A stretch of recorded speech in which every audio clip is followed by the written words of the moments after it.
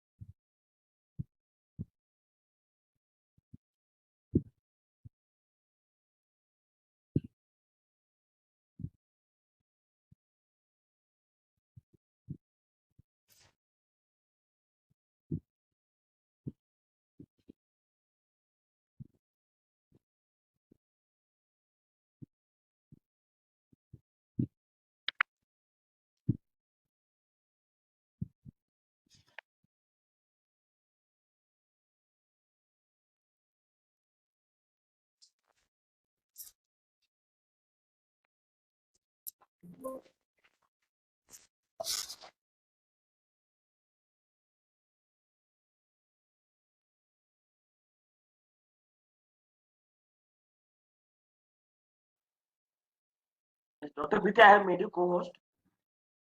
Just Yes. I'm Ma'am. connecting Sir, from another Good laptop also. evening. Good evening, Jai Hind. How are you? I'm good, ma'am.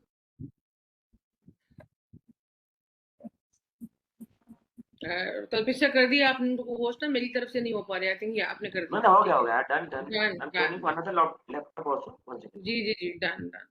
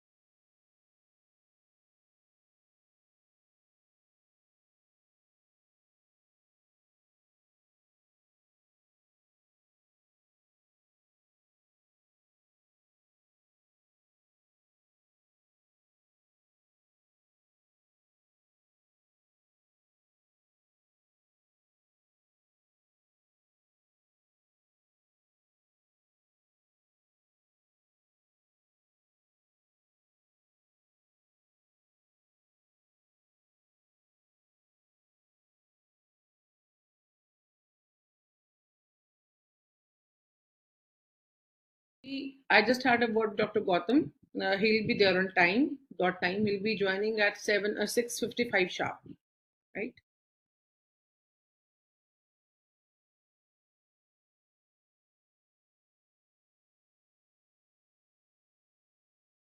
Are Kavita and Amit there with us? Kalpesh sir आ गए बच्चे कविता और अमित हैं हमारे साथ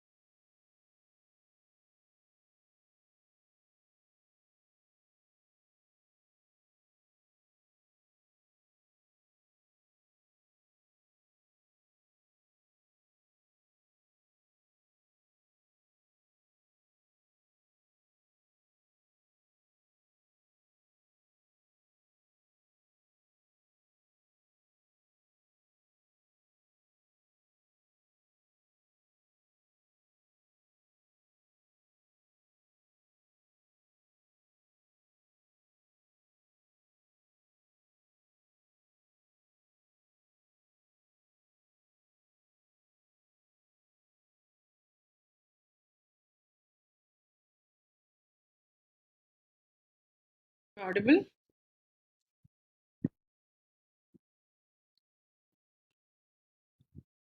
Kalpesh sir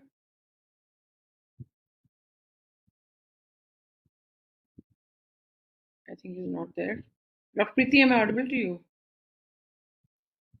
Audible. Yes, madam. Good evening. okay yeah Kalpesh sir मैंने हाँ आपको होस्ट किया होगा ना तो आप मेरे ख्याल से मैं I am not able to put Kavita on the co host role तो आप उसको होस्ट हाँ रोल मैं कर बस दीजिए कर रहा हूँ बोल इन केस गौतम सर की पीपीटी वगैरह अपडेट करनी पड़े तो प्रीति इधर बिजी होंगी वो उधर हेल्प कर देंगी फिर यस यस ठीक है थैंक यू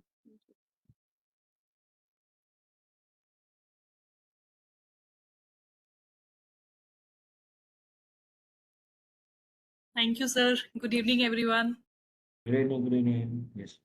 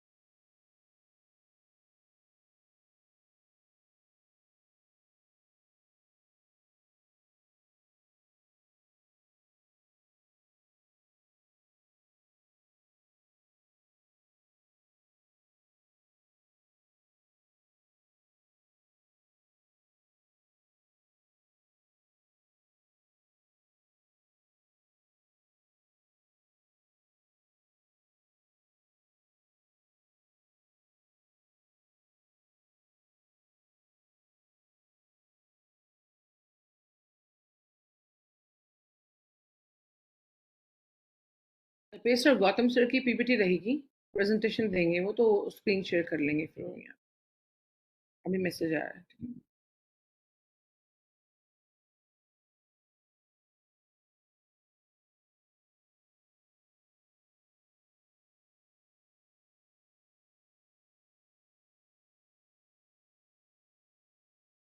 Kavita, आप keep a watch whenever Amit joins. Let the pacer also know.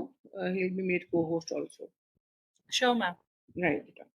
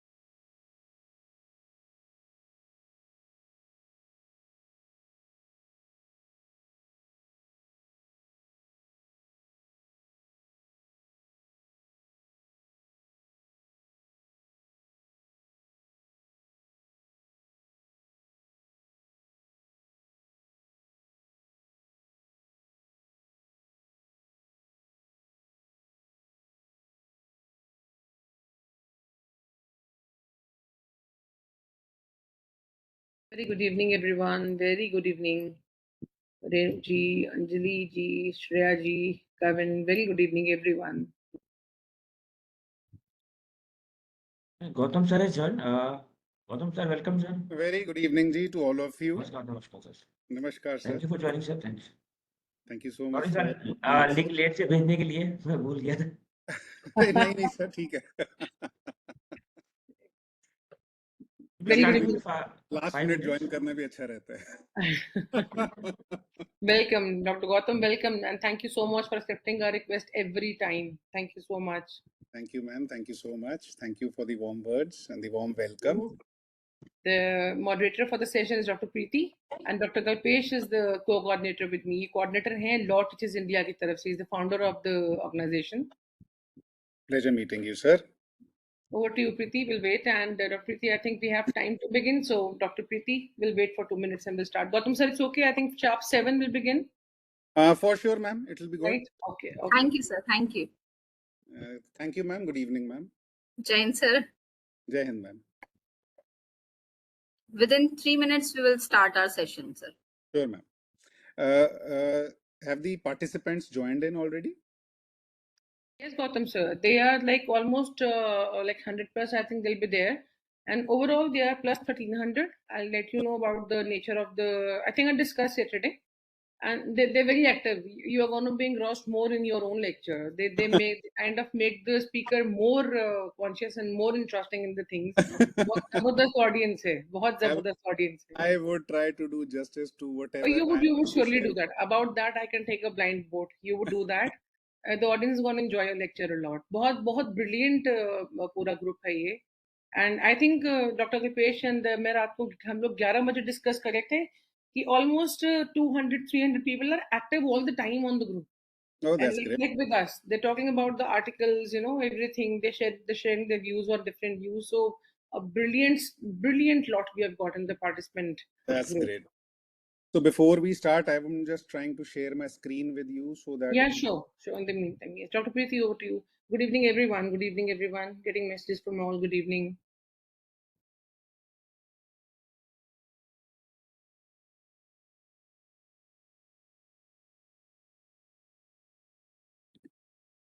Have 2 minutes more, ma'am. Sir, can we wait for 2 minutes? Yeah, ma'am, I just want you to just confirm it down that whether the screen is visible to Yes, you. sir, your screen is visible. Okay, and I'll just turn off my camera because at times it juggles between the screen and mere system it juggles between the screen and the content. So for the introduction part, I'll be on with my camera. And once we begin with the content, then I'll switch off the camera and turn over to the content so that the participants can have a better look at it. And as in when we go for discussions, we'll definitely, I'll be on the video mode for the discussions. Fine, sir. Would that be okay? Yes, sir, it's okay. Right, ma'am.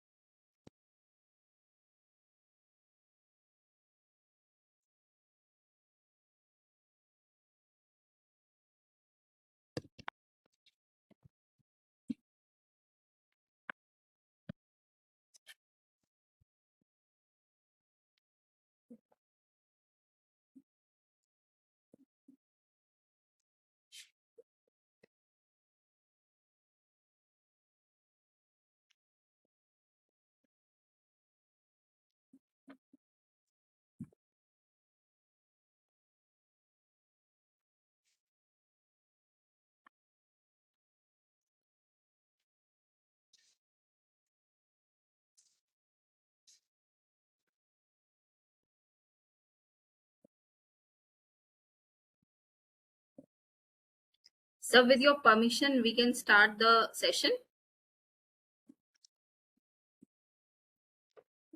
Sure, ma'am. With the Thank you permission so of the Honorable Chair. Thank you so much. As now 7 o'clock and we are very punctual for the timings. So we will start the event and people will add in this program with us.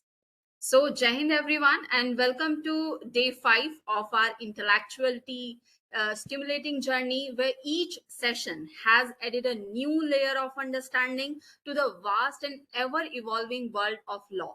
Today, we delve into a unique and deeply insightful intersection, the space where law meets culture, society, and humanity through the lens of anthropology. To lead us through this enriching discussion, we are deeply honored to welcome a highly respected academician and social researcher, Dr. Gautam Sood sir. Sir, we welcome you in this session. Thank you so much, ma'am. Thank you so much, everyone, the participants. Dr. Sood is an assistant professor with over 15 years of teaching experience, currently serving at Punjabi University, Patiala. A man of diverse scholarship, he holds a PhD in sociology and has passionately worked in areas such as juvenile justice, social impact assessment, environmental sociology, gender studies, and geopolitical issues. His research papers spans over 14 years, where he has successfully supervised PhD, MPhils, and PG diploma students and led several pivotal research projects. Notably, he served as the principal investigator for a landmark study on juvenile justice and institutional mechanism in Punjab, commissioned by the Punjab State Commission for Protection of Child Rights. Dr. Sood has also contributed as a co-coordinator in multiple social impact assessment studies on infrastructure and urban development, applying sociological insights to real-world governance and planning. His international collaboration includes his role as research associate for a multidisciplinary project on redefining global security, conducted in association with the State University of Rutgers, USA, and the Women's Studies Center, Punjabi University. Beyond research and teaching, Dr. Sood is an active administrator and policy contributor. He serves on the Juvenile Justice Board, District Patiala, and coordinates various key initiatives at the university, such as the State Social Impact Assessment Authority and the Entrepreneurship, Innovation and Career Hub. Sir का introduction बताने के लिए मेरे पास number of things हैं, because sir has a wide experience and he has presented at over 50 national and 10 international conference, published extensively and contributed to the development of study material, and a life member of Northwest Indian Sociological Association. Dr. Sood has consistently shown a deep commitment to both academic excellence and social responsibility, including participation in global campaigns on gender studies and violence prevention. Sir, we welcome you in this session, and our audience is waiting to you कि वो कब आपको सुने और अपने आप को blessed feel करें, क्योंकि आज हमारे साथ एक ऐसे स्पीकर हैं जिनको सुनना हमारे लिए बहुत बहुत अच्छा होगा. We welcome you sir and the stage is for you. शुक्रिया ma'am, thank you very much. आपके शब्दों ने मुझ पे और जिम्मेवारी डाल दी है कि मैं अपनी ऑडियंस को एनग्रोस रखूं कुछ एक ऐसी जानकारी से जो शायद मुझसे ज्यादा ऑडियंस को भी हो. Teaching is always a learning experience, and I as a teacher am also a learner. So dear participants, a very good evening to you all. At the outset, organizers का बहुत तहे दिल से धन्यवाद मुझे ये opportunity देने के लिए, and I'm really grateful to you, and I hope I do justice to whatever I've been assigned to. So not taking much long on the introduction, with what ma'am has said about me is मैं उतने का लायक नहीं हूँ दाव. But still, thank you very much, ma'am. Friends, first and foremost, this is a very, very wide interdisciplinary program that my dear friend Dr. Jasleen Kivlani has just introduced to this curriculum, and I am really honored to be a part of it. Would it be good, Dr. Kivlani, if I be bilingual in English and Hindi? Yes, sir. It will be even preferable, because it will be, even I took the same way, English and Hindi mix of it. Thank you. Thank you. तो दोस्तों, बात ऐसी है कि कभी आप DISE के इस तरफ होते हो, कभी डायस के उस तरफ होते हो, दोनों ही तरफ लर्निंग एक्सपीरियंस है. सो मैं कोशिश करूंगा कि जितना मैं जानकारी आपके साथ शेयर कर सकता हूँ आपके साथ करूं. आपके जो भी वैल्यूएबल इनपुट्स होंगे उनसे मुझे भी सीखने को बहुत कुछ मिलेगा. So not taking long. See, I am a sociologist by training, and my domain also expands to social anthropology. So for today's talk, I'll take you to a brief journey on how law is integrated with social anthropology. The larger topic is law and anthropology. But उसका physical domain, linguistic domain और उसका हम ज्यादा focus रखेंगे cultural domain पे, socio cultural domain पे. So I'll just take your brief permission to turn on. Ma'am, please just confirm it down if the content is visible on the screen.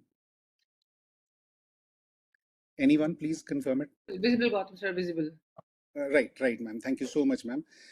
So, friends, for today's talk, we'll be delving into 11 major areas on introducing what anthropology and law is, the discipline's foundational course, some theoretical foundations that define the discipline, some major thinkers associated with the discipline, especially many of them Indians, and their contributions to how they've shaped anthropology and how that anthropology is contributing to shaping our modern day law. So some of the methods in legal anthropology, types of legal systems that we have in India, some operational deficiencies that we see in our society and how anthropology can help, and Indian perspectives on law and society, a few case studies, and contemporary debates, followed by a conclusion and some questions to ponder over. So friends, beginning with, let's say, what is law? What really law is? Is it just written rules and penalties? Or does it live in our customs, conversations, and everyday actions and beliefs? अगर हम law की तरफ देखते हैं तो हमें लगता है कि ये एक सोसाइटी की रूल बुक है, एक कुछ पन्नों की किताब है, एक कॉन्स्टिट्यूशन है, कुछ एक एक्ट्स एंड स्टैट्यूट्स हैं जिसे फॉर्मलाइज किया गया है, इंस्टीट्यूशनलाइज किया गया है, और जिसे सोसाइटी पहचानती है, जिसे सोसाइटी अपनी एक एक्नॉलेजमेंट देती है कि वो सोसाइटी के एक्शंस को रेगुलेट करने की अथॉरिटी रखता है, और इन एक्शंस को रेगुलेट करने के लिए इंस्टीट्यूशनल मैकेनिज्म्स को इवॉल्व करता है. हम यूजुअली देखते हैं कि लॉ इन्फोर्समेंट जो है वो ज्यादातर पुलिस, कोर्ट्स और लेजिस्लेशन के थ्रू होती है, लेकिन लॉ का थोड़ा सा डीपर रोल भी है. Law helps us maintain order and justice in the society. It is a mechanism for protection of our rights, social control, and dispute resolution. लेकिन यहाँ एक छोटा सा twist है. What happens when people who follow rules that aren't even written anywhere? Law में हम usually कहते हैं कि कोडिफाइड रूल्स हैं, लेकिन कुछ रूल्स ऐसे भी हैं जो कहीं पे भी लिखित नहीं है, संग्रहित नहीं है, लेकिन जिन्हें हम फॉलो करते हैं. यहां पर रोल आ जाता है एंथ्रोपोलॉजी का. सो एंथ्रोपोलॉजी अगर मैं डिफाइन करूं तो एंथ्रोपोलॉजी एक होलिस्टिक कंपैरेटिव स्टडी है ह्यूमन एवोल्यूशन की. हम किस तरह से पास्ट स्टेजेस से प्रेजेंट स्टेजेस में इवॉल्व किए हैं, हमारी डाइवर्सिटी, हमारी बायोलॉजिकल, कल्चरल, सोशल और linguistic development over time and over space.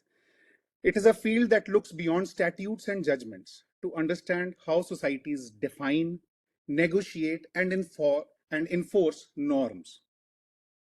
Anthropology एक ऐसा डिसिप्लिन है जो बड़ी पिक्चर के लिए जूम आउट करता है. सोसाइटीज कैसे जीती हैं, सोसाइटीज कैसे सोचती हैं, सोसाइटीज खुद को कैसे ऑर्गेनाइज करती हैं. सो मेजर ब्रांचेस की अगर मैं बात करूं, 4 ब्रांचेस हैं. कल्चरल एंथ्रोपोलॉजी, जिसकी हम आज ज्यादा बात करेंगे. इसे हम social anthropology, socio cultural anthropology अलग अलग नाम से जानते हैं, जो ज्यादातर नॉर्म्स, वैल्यूज, कस्टम्स, बिलीफ्स और इंस्टीट्यूशंस को स्टडी करती है. इन इंस्टीट्यूशंस में एक इंस्टीट्यूशन लॉ भी आती है, लीगल एंथ्रोपोलॉजी, जिस पे हम आगे जाके बात करेंगे. The second domain is biological anthropology, से हम फिजिकल एंथ्रोपोलॉजी भी कहते हैं, जो ज्यादातर ह्यूमन एवोल्यूशन, जेनेटिक्स, डीएनए और बायोलॉजिकल वेरिएशन पे काम करती है. तीसरा ब्रांच है आर्कियोलॉजी, जिससे हमें बहुत वास्ट रिपोजिटरी ऑफ इंफॉर्मेशन मिला है हमारी पास्ट सोसाइटीज को लेकर. आर्कियोलॉजिकल रिमेन्स सिंधु घाटी सभ्यता से लेके और अलग अलग एरियाज की आर्किटेक्चरल रिमेन्स से, आर्कियोलॉजिकल रिमेन्स से हमें उन सोसाइटीज के बारे में बहुत जानकारी मिली. और last is the linguistic anthropology, जो लैंग्वेज को एक कल्चर रिसोर्स सिस्टम की तरह समझती है. अब हमारे सामने एक बड़ा क्वेश्चन है, हम एंथ्रोपोलॉजी को लॉ के साथ क्यों रिलेट कर रहे हैं, and how will this discipline be of help to the study of law.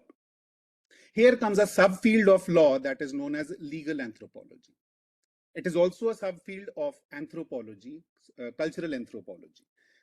So Hobel defined law as a social norm which is legal if it is neglected or its infraction is regularly met, in threat or in fact by the application of a physical force by an individual or a group possessing socially recognized privilege of so acting. अगर मैं सरल शब्दों में बोलूं तो एक इस तरह का कायदा है जिसे हम सारी सोसाइटी सब्सक्राइब करते हैं, सबमिट करते हैं, अपनी अपनी लिबर्टी को सबमिट करते हैं ताकि ये कोड हम लोगों को बेहतर रेगुलेट कर सके. इट इज अ सब field of cultural anthropology which studies law in its cultural context. सबसे बड़ा क्वेश्चन आता है लॉज आए कैसे, हम सोशल प्रैक्टिसेस में लॉज को कैसे लेके आए, क्या कल्चर और पावर हमारे जस्टिस को शेप करते हैं, how do people actually use law in their daily life, and how do people create rules and resolve conflicts. One of the major contributors to this field, as in sociology also, I'm very sure a day before my worthy colleague Dr. Kivlani gave you a discourse on law and sociology. कई जगह पे हम लोग overlapping लगेंगे आपको, but क्योंकि ये दोनों सिस्टर डिसिप्लिन्स एंथ्रोपोलॉजी और सोशियोलॉजी, कंटेक्स्ट बार बार वेरी करेगा और सिमिलर भी होगा, कन्वर्जेंस भी होगा और डाइवर्जेंस भी होगा. सो मेलिनोव्स्की एक बहुत प्रोमिनेंट थ्योरिस्ट है जो लीगल एंथ्रोपोलॉजी को और कल्चरल एंथ्रोपोलॉजी को बहुत ज्यादा योगदान देता है. उसके कहने के मुताबिक, उसकी एक बड़ी सी किताब थी crime and custom in savage society, in which he says कि प्रिमिटिव सोसाइटीज, वो सोसाइटीज जो हमारी सिविलाइजेशन के एडवेंट से पहले भी स्थापित थी, उन सोसाइटीज में भी एक सिस्टम था सोशल रेगुलेशन और डिस्प्यूट रेजोल्यूशन का, जो बिना लॉ की इंस्टीट्यूशन के फंक्शन करता था, बिना किसी रूल बुक के, बिना किसी कोडिफाइड इंस्टीट्यूशनलाइज्ड लॉ मैकेनिज्म के फंक्शन करता था. फॉर एग्जाम्पल, मैं आपके साथ एक कंटेक्स्ट लेके चलता हूं कि हमारी हिस्ट्री को यूजुअली हम कहां से शुरू करते हैं. इंडियन हिस्ट्री की अगर हम बात करें, हम शुरू करते हैं इंडस वैली सिविलाइजेशन से.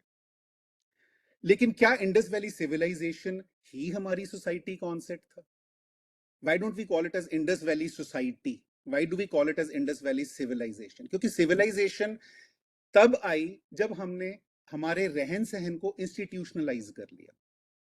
इस सिविलाइजेशन के आने से पहले भी एक सोसाइटी थी जिसे हम ज्यादातर एक्नॉलेज करते हैं ट्राइबल सोसाइटी के रूप में. बहुत सारे थ्योरिस्ट्स ने, खासकर अगर हम सोशियोलॉजी की बात करें तो हर्बर्ट स्पेंसर और माइल दरखाइम ने ऐसी सोसाइटीज की बात की है जहां पर ट्राइबल ऑर्गेनाइजेशन में इंस्टीट्यूशंस एग्जिस्ट करते थे. फॉर एग्जाम्पल, स्पेंसर और दरखाइम बात करते हैं कल्चर फॉसिल्स की. दरखाइम आपने, आई एम श्योर, डॉक्टर किवलानी के साथ लास्ट लेक्चर में डिस्कस जरूर किया होगा. दरखाइम की स्टडी थी एबोरिजिनल्स पे, मेलिनोव्स्की की स्टडी थी ट्रोब्रिएंड आइलैंडर्स पे. ट्राइबल्स को स्टडी किया और ट्राइबल्स के इंस्टीट्यूशंस को स्टडी करके बताया कि सोसाइटी के आने से पहले, सिविलाइजेशन के एडवेंट से पहले भी इंस्टीट्यूशंस थी और वो institutions code of conduct implement करती थी, लोगों की सोशल लिविंग, कम्युनिटी स्पेसेस को रेगुलेट करती थी. अब मैंने यहाँ एक शब्द यूज किया, कल्चर फॉसिल्स. इस कल्चर फॉसिल्स को सारे एंथ्रोपोलॉजिस्ट ज्यादातर से एम्फेसाइज करते हैं. सरलता में इसका मतलब क्या है? See, when we have to define a past society, what do we rely mostly upon? We rely upon artifacts, we rely upon some cultural, some remains, some archaeological remains. पर बहुत सारी ऐसी चीजें हैं जो हम पास्ट में जाकर जिनको मटेरियल फॉर्म में तो देख सकते हैं, लेकिन उस समय की सोसाइटी की सोच क्या थी, उस समय की सोसाइटी की जीवन कैसा था, वो हम कैसे देखें? हमारे पास कोई टाइम मशीन नहीं है. उसके लिए एक सॉल्यूशन दिया गया एंथ्रोपोलॉजिस्ट के द्वारा, एक मेथोडोलॉजिकल टूल दिया गया known as culture fossils. Culture fossil एक ऐसा अवशेष है जो हमें प्रेजेंट डे सोसाइटी में भी मिल जाता है उन सब ग्रुप्स को स्टडी करने में जो अभी तक प्रिमेवल स्टेट ऑफ एग्जिस्टेंस में रह रहे हैं, मींस जो अभी तक अपनी प्राचीनता और अपनी पुरातनता में रह रहे हैं. ऐसे बहुत सारे कबीलाई ग्रुप हैं, ऐसे बहुत सारे ट्राइबल ग्रुप्स हैं. फॉर एग्जांपल, अरुंता ट्राइब की स्टडी करके दरखाइम ने रिलीजियन की डेफिनेशन दी कि धर्म क्या है, सेक्रेड और प्रोफेन के बीच में एक डिवीजन. ना ही आत्मा पूजन है, ना ही परमात्मा पूजन है, ना ही प्रकृति पूजन है, पर लोगों का विश्वास है कि कुछ चीजें पवित्र हैं और कुछ चीजें अपवित्र हैं. मेलिनोव्स्की ने इसी तरह से ट्रोब्रिएंड आइलैंडर्स की स्टडी करके ये जाना कि धर्म किस तरह से हमारी सोसाइटी में फंक्शनल रोल्स अदा करता है. सो कहीं ना कहीं हमारी जानकारी, हमारे लीगल एंथ्रोपोलॉजी में हमारे कानून की जानकारी हमें हमारे पुराचीन या पुरातन अवशेषों से मिलती है.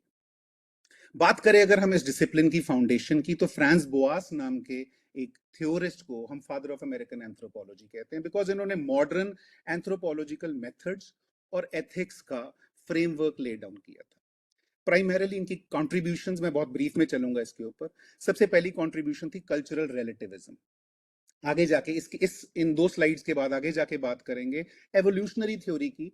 तो एक चीज मानी जाती थी कि सारी सोसाइटीज यूनिफॉर्मली एक ही फैशन में, एक ही डायरेक्शन में इवॉल्व करी हैं, इमर्ज करी हैं और इवॉल्व करी हैं, एंड सब सोसाइटीज पे एवोल्यूशन का रूल यूनिवर्सली लागू होता है। कहानी शुरू होती थी चार्ल्स डार्विन से। डार्विन ने on the origin of species दी, जिसमें उसने बोला कि हम लोग बायोलॉजिकल एवोल्यूशन से यूनिसेल्युलर से मल्टीसेल्युलर ऑर्गेनिज्म बने।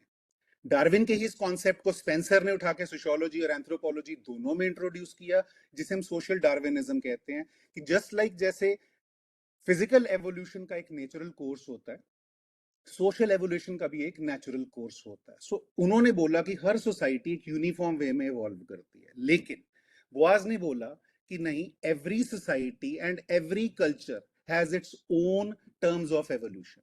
और अगर हमें सोसाइटी स्पेसिफिक होके इस एवोल्यूशन को समझना है, तो हमें सोसाइटी स्पेसिफिक और कल्चर स्पेसिफिक होके उनकी यूनिकनेस को पढ़ना पड़ेगा। सो उस टाइम पे चलते एथनोसेंट्रिक वेव, सोशल डार्विनिज्म, जिन्होंने सोसाइटीज को रैंक कर दिया कि ये प्राचीन थी, ये मध्यांतर है और ये मॉडर्न है, उन सब को खारिज करके बोला that every society has to be studied in its own specificity. Similarly उसने टाइलर और मॉर्गन की पुरानी थ्योरीज कल्चरल एवोल्यूशन को भी रिजेक्ट करते हुए बोला कि हर कल्चर भी अपनी यूनिक हिस्ट्री रखता है, यूनिफॉर्मली हम एक ही हिस्टोरिकल एवोल्यूशनरी कोर्स को हर कल्चर पर नहीं इंप्लीमेंट कर सकते। तीसरा और मोस्ट इंपॉर्टेंट, इन्होंने फील्ड वर्क मेथडोलॉजी दी। देखिए फ्रेंड्स, मैं जब अपनी क्लासेस में भी पढ़ाता हूँ, मैं सबसे पहली चीज बोलता हूँ कि कौन सी ऐसी चीज है जो हमारे डिसिप्लिन्स को साइंस के तौर पे क्लासिफाई करता है। Is it the subject matter, is it the content? वो सब तो लैंग्वेजेस के पास भी है। It is the methodological tool that grants the status of science to any academic discipline.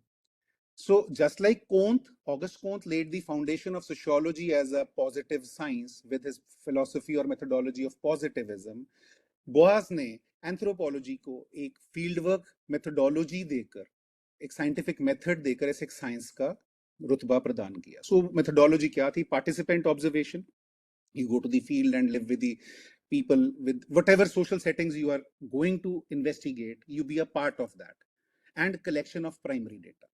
He also encouraged ethnographic fieldwork. अब बात हो रही है ये 1800s की, उस टाइम पे ज्यादातर थ्योरेटिकल पैराडाइम्स जो इमर्ज हो रहे थे वो आर्मचेयर थ्योरी पे बेस्ड थे, काल्पनिक थे। मैं अपने डिसिप्लिन सोशियोलॉजी की भी बात करूं तो सोशियोलॉजी में एक थॉट आता है, क्रिटिकल थॉट, जिसने सारी ब्रांचेस ऑफ नॉलेज को क्रिटिसाइज किया कि सारी ब्रांचेस ऑफ नॉलेज ज्यादातर आर्मचेयर थ्योरीज हैं। हम बैठे, हमने आसपास देखा, अटकल लगाई, कल्पना लगाई और हमने उसके ऊपर एक थ्योरी लिख दी। नहीं, साइंटिफिक इंक्वायरी तब तक पूरी नहीं होगी जब तक उसमें एम्पिरिसिज्म नहीं आएगा, जब तक उसमें फील्ड वर्क नहीं आएगा। और खासकर से बोआज ने एम्फेसाइज किया एथनोग्राफिक फील्ड वर्क पे। सो आज जितनी भी एथनोग्राफी हम करते हैं, आगे जाके बताऊंगा कि हमारे लिए रेलेवेंट लॉ में क्यों है, जितनी भी एथनोग्राफी हम करते हैं, ethnography is the study of cultural specificities of a specific group. So ethno word आता है एथनिक से, ग्राफी आता है स्टडी, तो scientific study of the cultural settings of a particular group. चौथा, इसने 4 फील्ड अप्रोच दी, that is anthropology is divided into 4 major broad fields, जो मैं आपके साथ डिस्कस कर चुका हूं। और पांचवा, इन्होंने लिंग्विस्टिक एंथ्रोपोलॉजी को बहुत ज्यादा क्रेडेंस दिया। एंटी रेसिज्म और ह्यूमन इक्वालिटी के ऊपर भी इन्होंने बहुत ज्यादा एम्फेसाइज किया, दैट उस टाइम पे क्या माना जाता था कि रेस एक बायोलॉजिकल कंस्ट्रक्ट है और जितने भी रेशियल फीचर्स हैं वो हमारे बिहेवियर्स को प्री डिस्पोज करते हैं, हमारे बिहेवियर्स को प्री गवर्न करते हैं। इवन आज तक भी ये कहीं ना कहीं रेशियल एक्सप्रेशन हमें बहुत सारे डेवलप्ड कंट्रीज में देखने को मिल जाता है। सो एशियंस को ब्राउन कहा जाता है, अफ्रीकन्स को नीग्रोज या ब्लैक्स कहा जाता है, और बहुत सारे बिहेवियर पैटर्न्स इनके साथ जोड़े जाते हैं। जैसे कि बहुत सारी स्टडीज इस चीज को प्रूव करते हैं कि अमेरिकन जस्टिस सिस्टम इस चीज के ऊपर बहुत ज्यादा एम्फेसिस देता है that crime occurs in ghettos which are populated by the black populations. So another contribution of his is that his mentorship produced very eminent anthropologists and sociologists, which we shall be talking of in some time. So he laid down the ethical standards and scientific rigor for this discipline. अब आते हैं theoretical foundations पे। ज्यादातर 4 mainly 4 तरह की theoretical foundations हैं जो इस डिसिप्लिन को गवर्न करती हैं। पहला है एवोल्यूशनरी थ्योरीज, जो ओपाइन करता है कि लॉ ग्रोज विद सोसाइटी। अब इन थ्योरीज का क्या मानना है कि जैसे जैसे सोसाइटी इवॉल्व करती है वैसे वैसे लॉ भी इवॉल्व करता है। Charles Darwin on the origin of species, as I just talk to you, he introduce the concept of evolution, जिसने सोशल थ्योरीज को, अडेप्टेशन को, लॉ ऑफ नेचुरल सिलेक्शन को बहुत ज्यादा एम्फेसाइज किया। He kindled the idea that societies and law evolve over time in a similar fashion. उसी के इस थीसिस को आगे हर्बर्ट स्पेंसर ने लिया, जिसने बोला कि सोसाइटी प्यूनिटिव और कोअर्सिव कंट्रोल से एक प्रोटेक्टिव और राइट बेस्ड लॉ की तरफ प्रोग्रेस करती है। और उसने टाइपोलॉजी दी, 2 तरह की सोसाइटीज हैं, मिलिट्री सोसाइटी और industrial society. One of the most prominent theorists of his time, Louis Henry Morgan, he was an anthropologist, American anthropologist. He mapped the role of kinship in early legal systems. इसने दिखाया किस तरह से kinship पे base कर कर legal norms को बनाया जाता है। मैं आगे जाकर इसका आपको चार्ट भी दिखाऊंगा कि इसने सोसाइटी की एवोल्यूशन के बारे में क्या बोला। And father of sociology Auguste Comte also introduced the idea that human societies evolved towards scientific and rational institutions through the stages of theological societies and metaphysical societies. So, in positive stage, he said that social institutions, including law, are based on scientific reason and empirical observation rather than philosophical speculations. So, अभी जिनकी हम बात कर रहे थे, evolutionary theories, इन सब का मानना है कि societies, अब जहां पे word societies आ रहा है, प्लीज इसको associate कल्चर और लॉ के साथ कर लीजिएगा कि सोसाइटीज एक लीनियर मॉडल में प्रोग्रेस करती हैं, और ये प्रोग्रेस वन साइडेड होता है, सिंपल से कॉम्प्लेक्स, लेस डेवलप्ड से ज्यादा डेवलप्ड, और एक समांतरता से बहुसमांतरता या होमोजीनियस से हेट्रोजेनस की तरफ. So this unilinear typology is presented by all the thinkers that I have just mentioned to you. So Kohn said कि society, culture, mindset, psyche, social psyche or law, they progress from theological to metaphysical to positive. Spencer gave the typology of societies based on their composition and based on their characteristics. Characteristics पे मैं discuss कर चुका हूँ आपसे, military society और industry society. Based on their composition वो बात करता है simple, compound, doubly और trebly compound societies, और हर level of society के अंदर heterogeneity और complexity, चाहे वो law की है, चाहे वो religion की है, चाहे वो political institutions की है, चाहे वो scientific temperament की है, वो बढ़ती है. ल्यूई हेनरी मॉर्गन ने 3 स्टेजेस दी थी. अब ये बहुत इंपॉर्टेंट है. बाकी सब थ्योरिस्ट जहां बात कर रहे थे कि सोसाइटीज इवॉल्व करती हैं प्रिमिटिव से मॉडर्न की तरफ, मॉर्गन जाता है कि सोसाइटीज के इमर्जेंस से पहले क्या था. सोसाइटीज तब बनी जब सिविलाइजेशन आई. सोसाइटीज की इमर्जेंस से पहले क्या था, जब हम प्रिमिटिव मैन या प्रिमेवल मैन या अर्ली मैन स्टेजेस में थे. तो तब ये बात करता है कि सैवेज सोसाइटी किस तरह से हम शिकारी थे, बारबेरियन सोसाइटी किस तरह से हम फिश हंटिंग पे आ गए, और सिविलाइज सोसाइटी किस तरह से हमने अल्फाबेट, फोनेटिक्स, लैंग्वेज और स्क्रिप्ट को इजाद करके एक सिविलाइजेशन एस्टैब्लिश की. सिमिलरली दरखाइम बात करता है मैकेनिकल और ऑर्गेनिक सॉलिडारिटी. इन सब एवोल्यूशनरी स्टेजेस में अगर मैं लॉ के कंटेक्स्ट में बात करूं तो ये सब पुराने प्यूनिटिव या किनशिप या कम्युनिटी बेस्ड रेट्रोग्रेड लॉ से प्रोग्रेस किए हैं साइंटिफिक मॉडर्न इगैलिटेरियन लॉ की तरफ. सो ये कुछ एक स्टेजेस मैं आपके साथ ब्रीफ में डिस्कस कर चुका हूं. So these are some of the characteristics of these stages. दूसरी अप्रोच आती है फंक्शनलिस्ट अप्रोच. अब फंक्शनलिज्म चाहे वो एंथ्रोपोलॉजी में चाहे वो सोशियोलॉजी में, it says that whatever exists in the society it exists for a positive contribution to the society. बाद में डिस्कशंस में हम जरूर डिस्कस करेंगे इसे. हम में से कुछ लोग मानते होंगे जैसे क्राइम सोसाइटी के लिए डिसफंक्शनल है. फंक्शनलिस्ट कहते हैं कि नहीं, अगर कोई चीज किसी गिवन सोशल टाइप में किसी गिवन सोशल टाइम पर एग्जिस्ट करती है सारी सोसाइटी में, तो वो एक सोशल फैक्ट है और वो फैक्ट सोसाइटी के लिए पॉजिटिव है, बेनिफिशियल है. क्राइम का क्या फंक्शन हो सकता है? जस्ट लाइक हम कहते हैं हमें बुखार हो गया और फीवर हमारी बॉडी को तोड़ देता है, हमारे लिए डिसफंक्शनल है. नहीं, fever is an indication that some germ has entered the body and the immunity is fighting that germ. Similarly, the existence of crime in the society points out that there is some dysfunction in the society that needs to be addressed, and that needs to be addressed through laws and norms. अब जहां बात आ गई laws and norms की, हम बात कर रहे हैं coded structure और एक mental social psyche की. So functionalists मानते हैं कि everything that exists in the society is beneficial for the society. So Durkheim distinguished between repressive law in traditional societies and restitutive law in complex ones. And in both the societies, he said that law represents social solidarity. Malinowski, जिसका मैं आपसे पहले भी बात कर चुका हूं, वो बोला कि हर सोसाइटी में एक ऐसा मैकेनिज्म है जो सोशल ऑर्डर को रिस्टोर करता है, कॉन्फ्लिक्ट्स को रिजॉल्व करता है, regardless of their is a formal legal structure और not. He demonstrated how reciprocity governed behavior even in stateless societies, even in the stateless societies, and how customs in Trobriand islanders functioned as legal systems. Means जहां पर state भी नहीं था, जहां पर कोई constitution भी नहीं था, जहां पर कोई रिटन रूल बुक भी नहीं था, उन सोसाइटीज में भी there were mechanisms for administering and governing the community. अगला पर्सपेक्टिव आता है सिंबॉलिक एंड इंटरप्रेटेटिव अप्रोचेस. अब ये देखता है लॉ को एक कल्चर कंस्ट्रक्ट की तरह, that law basically belongs to the invisible code. एक बड़ा प्रोमिनेंट थ्योरिस्ट हुआ इवांस प्रिचर्ड. उसका एक बड़ा सेमिनल वर्क था witchcraft, oracles and magic among the Azande tribes. He illustrated how beliefs in witchcraft accusations and magical oracles functioned as legal mechanisms. According to him, law was embedded in cultural beliefs and customary adjudication mechanisms, which played roles equivalent to modern day formal legal systems. अब इन cases में ये law को culture से separate नहीं देखते. ये नहीं कहते कि लॉ और बिलीफ सेपरेट है, कहते हैं लॉ जो है वो बिलीफ ही है बेसिकली. देखिए लॉ बड़ा रिलेटिव है. What is legal in our society may be illegal in another social context. Whatever is legal in any other given social context may be illegal or may be deviant in our social contexts. Fourth aata hai, the most important one that we shall study today, legal pluralism. That societies are the same, but in every society it is not only one set of law that prevails.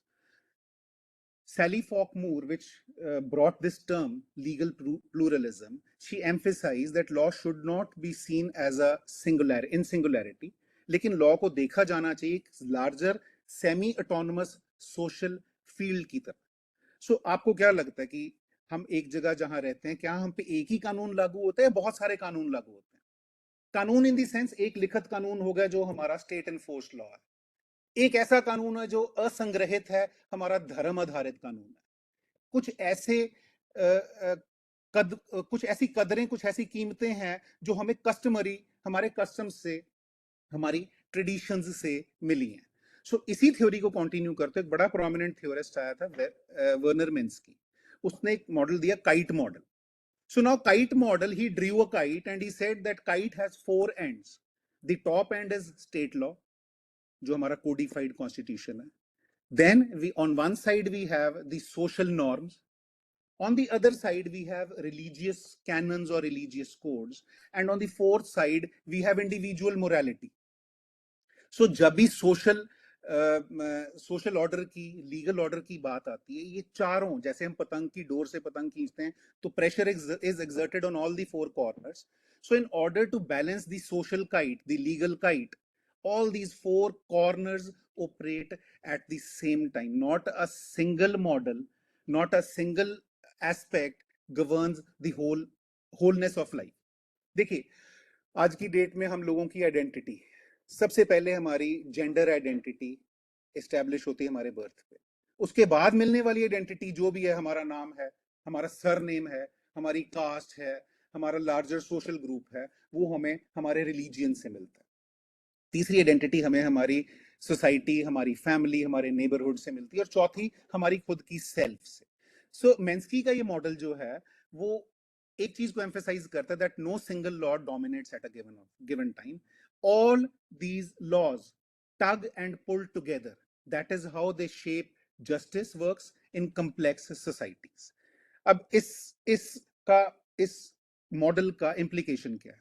This model says that legal pluralism is the central hallmark and characteristic of every modern day society. Multiple legal regimes function simultaneously. Secondly, it also highlights the interdependence between all these branches of law, that we have one part of law. If there is a change in religious law, it will also affect the nature of legal systems. So all of them are interdependent and interrelated. Thirdly, it is based on contextuality. ये context sensitive model है. According to it, different societies will experience different balances or conflicts among these poles depending on their historical, cultural and political situations. मैं वापस आता हूँ इस kite के ऊपर. So कुछ सोसाइटीज हैं जिन्हें हम मॉडर्न डेमोक्रेसीज, एडवांस डेमोक्रेसीज बोलते हैं, वहां पे स्टेट लॉ ज्यादा चलता है, रूल ऑफ लॉ ज्यादा चलता है. अगर हम जाएं थियोक्रेटिक सोसाइटीज में, वहां पे religious cannons, let me take the example of Taliban, or let me take the example of even the tribal societies where religious canon dominates more than the state law. State laws can be manipulated, or they are manipulated to suit religious canons. Then there are societies, let's talk of like tribal societies or small communities, where their local social norms will prevail over any other social norm. So now the practice among the Garos and the Khasis of Meghalaya to serve the meat of a black dog as a delicacy to their guests is somewhat very much against the customary, or somewhat very much, sorry, against the state law. Or there are contexts where individual moralities operate over and above state laws, religion and societies. Now, this kite model is especially useful to study. अब ये anthropological model है, मैं दिखाना चाहूंगा, यहाँ से हम शुरू करेंगे कि किस तरह से हम थोड़ा सा correlation एंथ्रोपोलॉजी और लॉ में बना सकते हैं. सो खासकर से पोस्ट colonial legal context, जहां इंडिया जैसी सोसाइटी जहां पे लॉ, रिलीजियन और कस्टमरी प्रैक्टिसेस कोएग्जिस्ट करती हैं. सो इन पर्सनल लॉज में स्टेट लॉ किस तरह इंटरवीन करता है. All India Muslim Personal Law Board will administer a different set of laws for the Muslim brethren. The Hindu code or the various acts related to the Hindu canons would administer the adherents of Hinduism and the like. For example, in Punjab, we have the Anand Marriage Act, which administers the marriage among the Sikhs. The Hindu Marriage Act, which administers marriage among the Hindus. So there is an intermix of all these laws, convergence of all these laws operating together at the same time. एक और है कि diaspora communities में ये model बड़ा contextually लागू होता है. बहुत सारे माइग्रेंट्स हैं जो लेट्स से हमारे कंट्री से बाहरली कंट्रीज में जाते हैं. सो वहां के लॉ के साथ भी उन्हें एडहियर करना है, अपनी ट्रेडिशंस को, अपने फोकलोर को या अपनी ओरिजिनल आइडेंटिटी को भी उन्होंने साथ में कंटिन्यू करना है. So they have to adhere to different set of laws at different set of times. And in multicultural societies, as I just navigated a minute ago, like in India, we have debates around personal laws, religious freedom and human rights.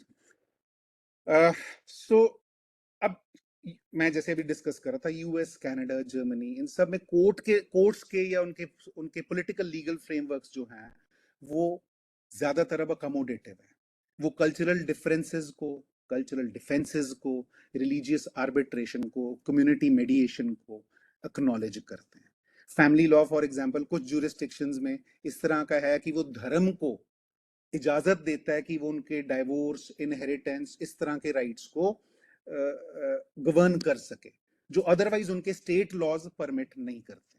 So this reflects an anthropological insight. हमें जरूरत है anthropology की यहाँ पे कि किस तरह से लीगल सिस्टम्स बाकी सब कैनन्स के साथ इवॉल्व करते हैं, एक ऐसा हाइब्रिड मॉडल प्रोड्यूस करने में जो डाइवर्स कल्चरल वर्ल्ड व्यूज को अकोमोडेट करता है.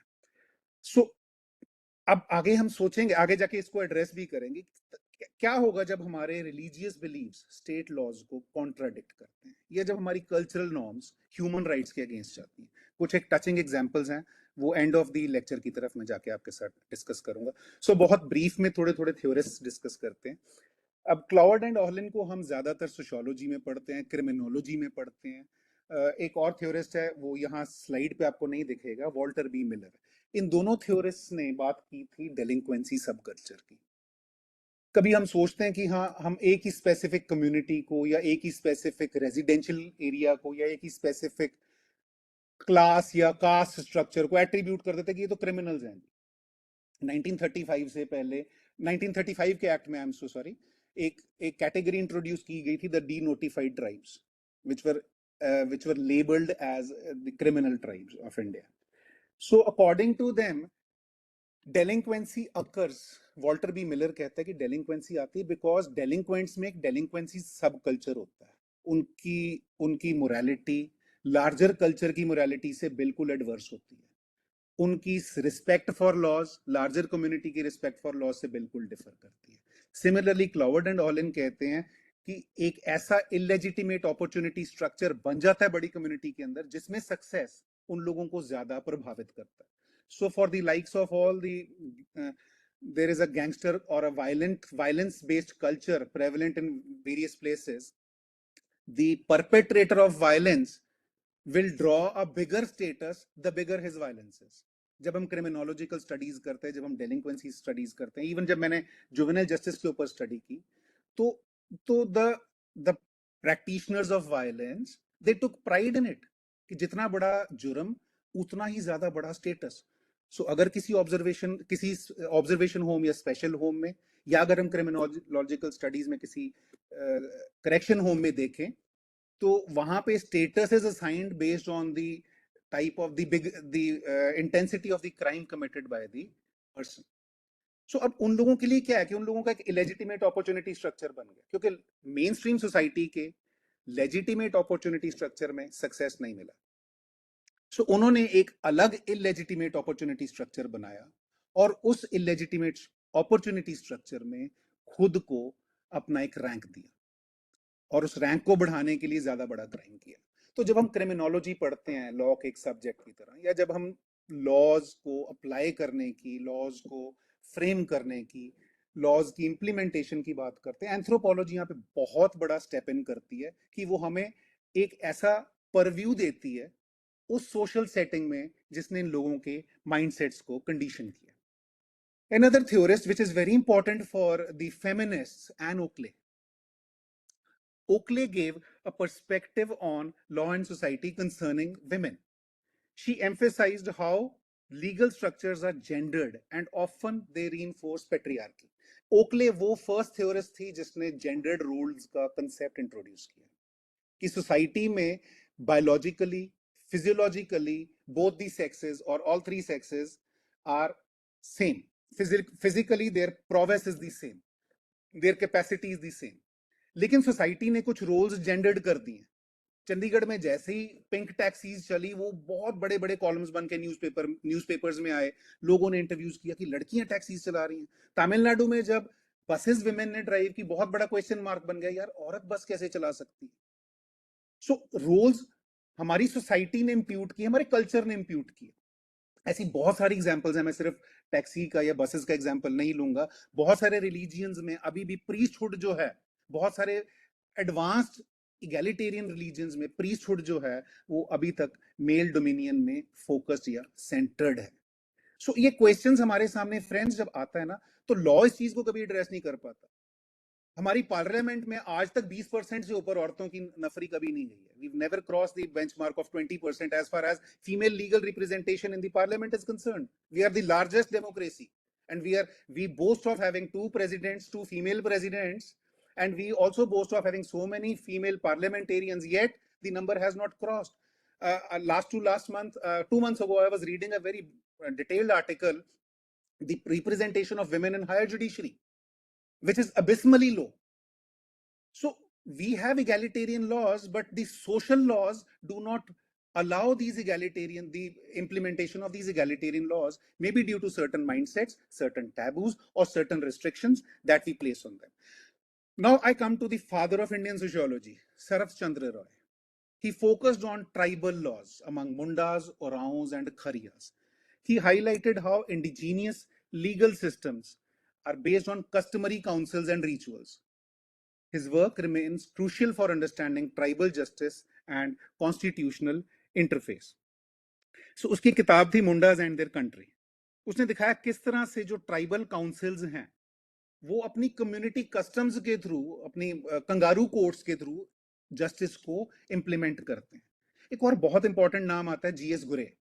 इसे हम इंडोलॉजिकल स्कूल ऑफ थॉट का फाउंडिंग फादर बोलते हैं. इन्होंने इंडियन टेक्स्ट से tribes in India, Brahmans of India, the marginalise sections of India, बहुत सारे डाइवर्स एरियाज में काम किया. सो उन्होंने दिखाया कि किस तरह से जो बैरियर्स हैं, चाहे वो कास्ट इरेक्टेड बैरियर्स हैं, चाहे वो किसी तरह के कल्चर इरेक्टेड बैरियर्स हैं, वो सोशल पॉलिसीज में किस तरह इंटरसेक्ट करते हैं.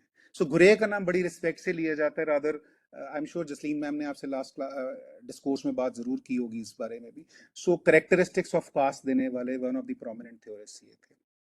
A few other names, D.N. Majumdar, Surajit Sinha, they held their forte in providing studies on how the tribal societies and their customs mediate between laws and state power.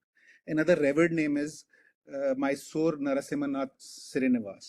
इनकी एक study थी the remembered, हालांकि इनकी studies काफी 3-4 studies बड़ी prominent हैं. एक study थी रिमेंबर्ड विलेज. सो उसमें इन्होंने कास्ट काउंसिल्स का रोल इंट्रोड्यूस किया. संस्कृताइजेशन और डोमिनेंट कास्ट थ्योरी का रोल भी इन्होंने एम्फेसाइज किया कि किस तरह से कुछ एक इंडिकेटर्स या पैरामीटर्स को लेकर, numerical preponderance, economic prosperity and political power को लेकर कोई भी caste, marginalised caste, dominant caste का स्टेटस प्राप्त कर लेती है, और फिर उसका जो इन्फ्लुएंस है लीगल पॉलिसी पर, लीगल और पॉलिसी मैटर्स पर, वो ज्यादा प्रोनाउंस होता है. Another very important theorist, Iravati Karve, she mapped regional kinship systems and associated legal norms. बहुत सारा इन्होंने काम किया कि किस तरह से मैरिज पैटर्न्स जो हैं अक्रॉस इंडिया रीजन्स में वेरी करते हैं, कहाँ कहाँ पे पैट्रीलिनियल या matrilineal, cross cousin marriages, parallel cousin marriages as a norm practice की जाती हैं. अब देखिए हिंदू मैरिज एक्ट बहुत क्लियरली बोलता है 5 degrees on the father's side and 7 degrees on the mother's side there can not be a marriage in the सगोत्ras. But cultural practices reveal that among the Hindus also, or the tribals that practice Hinduism, there are instances of cross and parallel cousin marriages which are otherwise not sanctioned by the law but sanctified by their customs. बेते का नाम बहुत, Andre बेते का नाम बहुत respect से लिया जाता है सोशियोलॉजी में. He was always in dialogue with the law. According to him, law cannot alone ensure justice. Law को हमेशा cultural legitimacy और social backing चाहिए ही चाहिए. आगे जाके थोड़ा डिस्कस करेंगे किस तरह से, जैसे वक्फ बिल कंट्रोवर्सी चल रही है या कुछ एक और कंट्रोवर्सीज हैं, किस तरह से कल्चर और लॉ के बीच में इंटेंगलमेंट और कॉन्फ्लिक्ट चलता है. सो Madan focused on how religious pluralism shapes legal identity in India, and Imtiaz Ahmad ने मुस्लिम पर्सनल लॉ और लीगल प्लूरलिज्म पे काफी डिटेल्ड स्टडीज की हैं.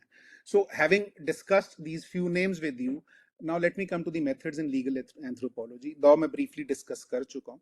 Ethnographic field work या किसी community का detailed in-depth analysis, हमें ये इसका पहला मेथोडोलॉजी है जो एंथ्रोपोलॉजी में प्रैक्टिस किया जाता है, जिसको अगर लीगल एंथ्रोपोलॉजी की प्रैक्टिस में लाया जाए, खासकर रिसर्च में लाया जाए, it is going to give a gold mine of information to the practitioners of law. So it was used by Malinowski, Sharat Chandra Roy, M.N. Srinivas. All of them, they documented the customs of tribal groups and how their social lives shape their legal encumbrances and their group regulation. The second is case study, a detailed and focused analysis of specific laws to understand the application of underlying social norms. और तीसरा है comparative legal analysis. ये बहुत जरूरी हो जाता है कि आज के मल्टीपोलर मल्टीकल्चरल वर्ल्ड में cross culture comparison legal systems का हो, खासकर से उन एरियाज में जहां डायस्पोरा सेटल्ड है या जहां से डायस्पोरा हमारे पास आ रहा है. सो बहुत सारी बांग्लादेशी माइग्रेंट इनफ्लक्स या इनग्रेस है इंडिया में. सो हमें उनके नॉर्म्स, या अभी हमने पीछे को देखा, for example there was some communal tension in Bangladesh between two communities. So anthropologists give a gold mine of information how cultural variations and how cultural convergences can be brought in to settle situations that are otherwise conflicting.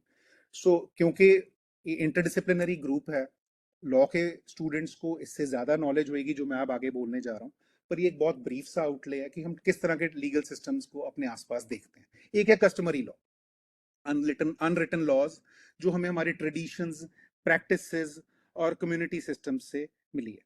So before we delve into anthropological theories, it's important to recognize the diversity of legal systems across societies, from formal state-centric legal systems to customary, religious और hybrid legal frameworks. So customary law जो है वो basically community से derive होता है, oral है, flexible है, codified नहीं है. So खासकर से कुछ एक, जैसे मैं आपको example दूं तो कुछ एक tribals में आज भी पंचायत रेजोल्यूशन, इवन पंजाब में और मेरी अदर स्टेट्स में और ट्राइब्स में भी ये मतलब कॉन्फ्लिक्ट रेजोल्यूशन जो है वो कम्युनिटी के अंदर ही पर्टेन करता है.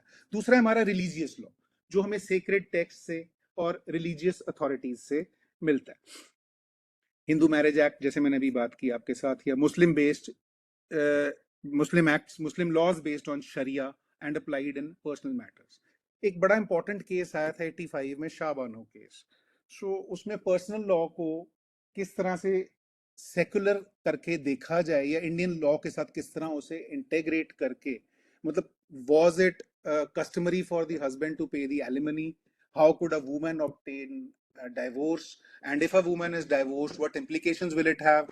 There were divergences in what the law said and what the Muslim personal law said. So these questions अभी भी पीछे को ट्रिपल तलाक मैटर था. So religious law के साथ या customary law के साथ हमारा formal state law हमेशा कॉन्फ्लिक्ट में रहता है. आगे बात करेंगे इन कन्वर्जेंसेस को किस तरह से बढ़ाया जा सकता है. तीसरा है फॉर्मल स्टेट लॉ जो हमारे कॉन्स्टिट्यूशन, हमारे पीनल कोड्स, हमारे सिविल प्रोसीजर कोड्स और कॉन्स्टिट्यूशन लॉ के थ्रू प्रैक्टिस होता है. चौथा है हमारा फॉर्मल और इनफॉर्मल लीगल सिस्टम्स. फॉर्मल है जो हमने कोडिफाई किया है, इंस्टीट्यूशनलाइज किया है और प्रोसीजराइज किया हुआ है, हमारी जुडिशरी, हमारी लोक अदालत, लीगल सर्विसेज अथॉरिटीज. और इनफॉर्मल है जो कम्युनिटी कंसेंसस पे बेस्ड है, ज्यादा असेसिबल है. फॉर एग्जांपल खाप पंचायत या पंचायत काउंसिल्स और tribal councils in many states. पांचवा है type is restorative justice. Restorative justice is both practiced as a formal and an informal justice system. अब मैं जैसे juvenile justice care and protection act की बात करूं, सो ज्यादातर वहां पे all the 16 principles of the act focus on rehabilitation and restoration of children who have been alleged to be or found to be in conflict with law. So restoration is the principle that they would adhere to. Informal में मैं बात करूं तो बहुत सारे ऐसे हमारे गांवों में, पंचायतों में, कबीलों में इस तरह के कस्टमरी प्रैक्टिसेस हैं जो कॉम्पेंसेशन पे, कॉम्प्रोमाइज पे बेस्ड हैं, जो कॉन्फ्लिक्ट रिजॉल्व करके नॉर्मलसी रिस्टोर करने पे फोकस्ड है. अब हम बात करते हैं लॉ और स्ट्रक्चरल इनइक्वालिटी की. जैसे मैंने आपके साथ अभी बात की थी क्रिमिनोलॉजिकल थ्योरी में, क्लॉवर्ड एंड ऑलिन बात करते हैं access to illegitimate opportunities and legitimate opportunity structures. So इसी तरह से बहुत सारे हमारे पास एग्जांपल्स हैं जहां हमें दिखता है कि लॉ जो है वो कई बार पावर स्ट्रक्चर्स को मिरर करता है, परपेचुएट करता है इनइक्वालिटीज को. See as a practitioner means as a part of the juvenile justice system, it often comes to my mind that is it only the poor children who commit crime? Is it only children from, अब जब मैंने I conducted a study across the state of Punjab, so उसमें एक बड़ा overwhelming number है उन बच्चों का जो marginalized communities हैं जिनको allege किया गया या जिनको convict किया गया है as children in conflict with law. So एक क्वेश्चन एज अ सोशियोलॉजिस्ट मेरे मन में आता था कि यार सिर्फ एक कम्युनिटी के बच्चे या एक स्पेसिफिक मार्जिनलाइज्ड ग्रुप के बच्चे हैं जो क्राइम कमिट करते हैं, जहां से हमने पहले बात शुरू की थी. What about white collar crime जो सोसाइटी में होता है? वो मतलब मैं तो इधर कंटेक्स्ट मैंने जुवेनाइल जस्टिस का लिया, but otherwise larger justice system में भी हमें व्हाइट कॉलर क्राइम देखने को मिलता है. इट ऑफन गोज अनपनिश्ड और it is less severely punished. वहां रूल ऑफ लॉ बिल्कुल साइलेंट हो जाता है. वहां हमारा लॉ मेकिंग प्रोसीजर बहुत ज्यादा डाइवर्जेंस ले लेता है एक नॉर्मल पाथ से. सो कहीं ना कहीं हमें लगता है कि जस्टिस जो है वो डिले होता है और delayed justice is denied justice. For example अभी भी हम लोगों का बहुत हद तक लिटिगेटिव अरीनास जो है वो भरे पड़े लैंड एक्विजिशन और कॉम्पेंसेशन केसेस को लेके. अभी भारतमाला प्रोजेक्ट चल रहा है तो पूरे पंजाब में इस बात की रेजिस्टेंस थी कि कॉम्पेंसेशन के बावजूद फार्मर्स लैंड नहीं देना चाहते. State wants to take over the land. The farmers are not ready to give the land. अगर हम फार्मर प्रोटेस्ट की बात करें तो कहीं ना कहीं हमें ना यहाँ एंथ्रोपोलॉजिकल इंसाइट्स लेने की जरूरत है। LGBTQ कम्युनिटीज प्लस कम्युनिटीज जो हैं सेक्शन 377 की एब्रोगेशन के लिए या अपने लेजिटिमेट राइट्स के लिए अभी भी कॉन्फ्लिक्ट में है लॉ के साथ। सो बहुत जगह में देखने को मिलता है कि लॉ जो है वो सोसाइटी में कहीं स्ट्रक्चरल इनइक्वालिटी को रीइंफोर्स भी करता है। लेकिन अब हमें पता है कि लॉ सोशल कंट्रोल का भी एक बहुत बड़ा मैकेनिज्म है। सो चाहे वो जितने भी हमारे स्टैट्यूट्स बने, मैंने यहाँ 2 लिखे हैं, SC/ST prevention of atrocities act या POCSO act, there are scores of acts and legislations that are aimed at enforcing social norms, resolving conflicts or deterring deviance from the established norms. So यहाँ पे हमें एक चीज देखने को जरूरी है कि लॉ जो है वो कल्चरल ट्रेडिशंस के साथ इंटरसेक्ट करता है। मैं एक छोटी सी एग्जांपल देता हूँ। सो पंजाब में एक बड़ा कॉन्सेप्ट बहुत देर से है संत सिपाही का। सो हम यहाँ पे क्या कहते हैं कि जैसे it is a saint soul, concept of saint soldier. So among the Sikhs, this is a religiously sanctioned martial tradition.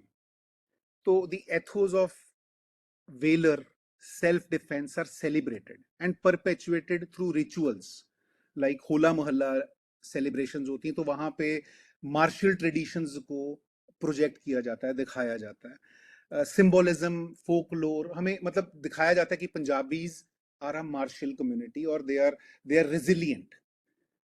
अब इसी चीज को जैसी कमर्शियल इंडस्ट्री टेक ओवर करती है, खासकर से हमारी पंजाबी म्यूजिक इंडस्ट्री, तो इसी वायलेंस, इसी मार्शल ट्रेडिशंस को वायलेंस का रूप देके बड़ा वेलराइज किया जाता है। So we have songs, we have music which misappropriates this martial identity into hyper masculinity or into valorization of violence and aggression. अब क्या होता है, लीगल सिस्टम्स बड़े आम तौर पे they struggle to distinguish between culturally valorized assertiveness and criminal violence. So there are certain narratives which would point out to that as long as there is no violence, there is no assertion of your identity. अब कभी भी हमारी social identity के साथ violence या aggression नहीं जुड़ा हुआ था, लेकिन क्योंकि वो हमारी रिलीजियोसिटी के साथ जुड़ा हुआ था, लेकिन अब हमारी इंडस्ट्री ने उसको, खासकर कमर्शियल इंडस्ट्री ने उसको जोड़ दिया आइडेंटिटी के साथ इस तरह से कि दिस वायलेंस और this, there was a movie Udta Punjab, or there are many songs, I think people from this region would certainly know of it, that valorize violence, that valorize arms keeping, that valorize weaponry or weapons. So which was a religious tradition or a customary practice has immediately turned into something that is disturbing the social cohesiveness and social normalcy. So कहीं ना कहीं law जो है हमारी cultural traditions के साथ intersect करता है, और लॉ बहुत इंपॉर्टेंटली एक टूल है रेजिस्टेंस का। हमारी मार्जिनलाइज्ड कम्युनिटीज, खासकर जैसे दलित मूवमेंट्स आ गई, Adivasi movements for protection of forest rights आ गई, सो उन्होंने अपनी आइडेंटिटी को भी असर्ट किया है। सो लॉ का इन तीनों डोमेन्स में, अगर हम बोले इनइक्वालिटी प्रमोट करने में, सोशल कंट्रोल एस्टैब्लिश करने में और रेजिस्टेंस की तरह के टूल के, रेजिस्टेंस का टूल के तौर पर इसका इस्तेमाल होने में इसका मल्टी प्रोंग्ड कंट्रीब्यूशन है। बट लार्जर क्वेश्चन ये रहता है कि हम लॉ को इसके रोल्स में और इसके कॉन्फ्लिक्ट्स में कल्चर के साथ कैसे जोड़ें। सो हमारी कॉन्स्टिट्यूशन, हमारा लीगल सिस्टम जो है वो धर्मशास्त्र से कॉन्स्टिट्यूशन तक इवॉल्व किया। अभी भी डिबेट चल रही है दाओ कि हम यूनिफॉर्म सिविल कोड लेके आए या हम हर कम्युनिटी को उसके कल्चरल डोमेन में ही एक इंडिपेंडेंस या एक ऑटोनॉमी लेने दें, या कॉन्स्टिट्यूशन हमारा एक लिविंग डॉक्यूमेंट है, लेकिन क्या होगा जब हमारे इस कॉन्स्टिट्यूशन के कैनन्स को, हमारे इस कॉन्स्टिट्यूशन के इथोज को हम यूनिफॉर्मली अप्लाई नहीं कर सकेंगे। सो एंथ्रोपोलॉजिस्ट, खासकर लीगल एंथ्रोपोलॉजिस्ट्स, इस चीज के ऊपर बहुत ज्यादा लाइट शेड कर सकते हैं कि किस तरह से हमारा जस्टिस सिस्टम हमारे कल्चरल नॉर्म्स को रिफ्लेक्ट करे। सो बेसिकली प्रॉब्लम कहाँ से आती है, हमारा ज्यादातर, क्योंकि हमने सारा कुछ वेस्ट से बोरो किया। मैं अगर इंडिया और इंडिया जैसे multi cultural post colonial studies की बात करूं, कंट्रीज की बात करूं, ज्यादातर हमारा लॉ जो है वो बोरोड है, और वो लोग आए थे तो उन्होंने अपनी कन्वीनियंस और अपने एडवांटेज के लिए लीगल सिस्टम्स इवॉल्व किए थे। लेकिन हमारे यहाँ उन लीगल सिस्टम्स की एप्लीकेशन से कंफ्यूजन भी आई, रेजिस्टेंस भी आई और एवोल्यूशन भी आई, जिससे अब आज हम हाइब्रिड सिस्टम्स को बना चुके हैं। सो रूरल इंडिया में हमारे पास विलेज जस्टिस सिस्टम्स हैं, जैसे पंचायत हैं जो हमारे डिस्प्यूट्स रिजॉल्व करती हैं। प्रॉब्लम आती है फिर जेंडर, कास्ट एंड पावर की। सबाल्टर्न पर्सपेक्टिव्स, फेमिनिस्ट पर्सपेक्टिव्स दोनों दिखाते हैं कि किस तरह से हमारा लॉ हायरार्कीज को रीइंफोर्स करता है। सो लीगल एंथ्रोपोलॉजी इन गैप्स को कवर करने में मदद करती है। एक केस स्टडी मैंने यहाँ पे रखी हरियाणा की खाप पंचायत की। सो खाप पंचायत, जिनको नहीं पता मैं उनको बता दूं, एक कास्ट बेस्ड काउंसिल है जो सगोत्रा मतलब जो rules of mate selection, endogamy और एक्सोगेमी के ऊपर अपने डिक्टाट देती हैं, और कुछ केसेस में एक्सट्रीम तक यहाँ तक गई हैं कि जिन कंसेंटिंग कपल्स ने इन धर्म नियमों को तोड़कर, इन जात नियमों को तोड़कर शादी की, चाहे सगोत में, चाहे गांव के अंदर, चाहे जात के बाहर, उन्हें इन्होंने जात निकाला, और कुछ एक्सट्रीम केसेस में they went to the extreme of killing those people also.